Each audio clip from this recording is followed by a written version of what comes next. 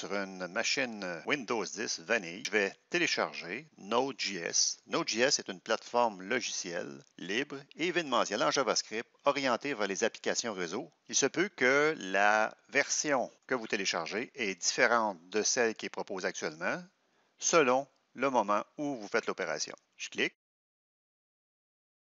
Le fichier est chargé. Je clique maintenant sur l'icône de chargement, afficher dans le dossier, bouton droit, installer, next, j'accepte les conditions, next, j'accepte le répertoire d'installation, next, je conserve l'installation par défaut. On constate ici qu'il y a une variable système qui va être affectée, c'est-à-dire path. On va pouvoir appeler Node partout où vous allez être sur votre machine à partir de la ligne de commande. Next. Install. Node est installé. On peut vérifier maintenant si c'est effectivement le cas. Je vais ouvrir l'invite de commande. Je tape Node, espace, avec le flag-V, Enter, ce qui confirme l'installation de Node.js sur mon poste avec la version au moment de la création de cette vidéo. La prochaine installation est l'éditeur de texte Visual Studio Code. Dans ma barre d'adresse, je tape Visual Studio Code.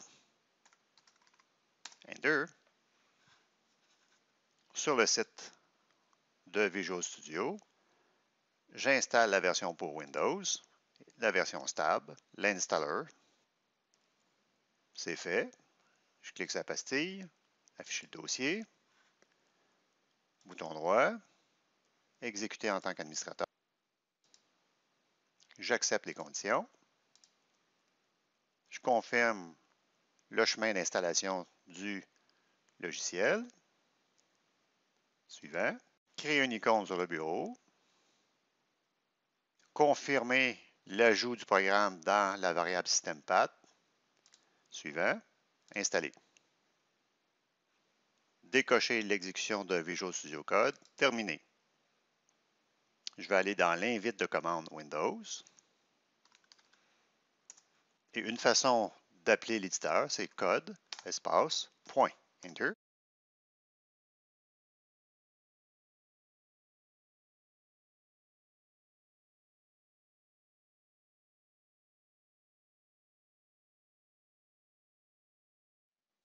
Je vais maintenant, dans mon répertoire documents, créer un autre classeur. Document, dans lequel je vais mettre mes applications Angular. Je crée un répertoire avec le nom de Angular. Enter. Je vais dans Angular. Je vais maintenant installer Angular CLI. CLI pour Command Line Interface. NPM, toujours avec le gestionnaire de package de Node. Install, espace, -G pour Global, l'ensemble de la machine, arrobas, Angular, /CLI. Enter. Installe le package afin de passer sur la ligne de commande comme nous sommes présentement, des commandes Angular. C'est fait. Je peux maintenant créer ma première application Angular, mais sans réellement créer les fichiers sur le disque, simplement pour voir la structure de mon projet, ng, new, le nom de mon application, que je vais appeler mon application, puis je vais indiquer le flag, dry run, ce qui va avoir pour effet de ne pas réellement créer les fichiers sur le disque, mais de les voir à l'écran. Lorsque vous allez exécuter votre commande, deux questions vous sont posées. Enter. On vous demande si vous souhaitez ajouter la gestion des routes sous Angular. Vous répondez Y pour Yes. Enter. Ensuite, quel format de style vous souhaitez? Je choisis CSS par défaut. Enter.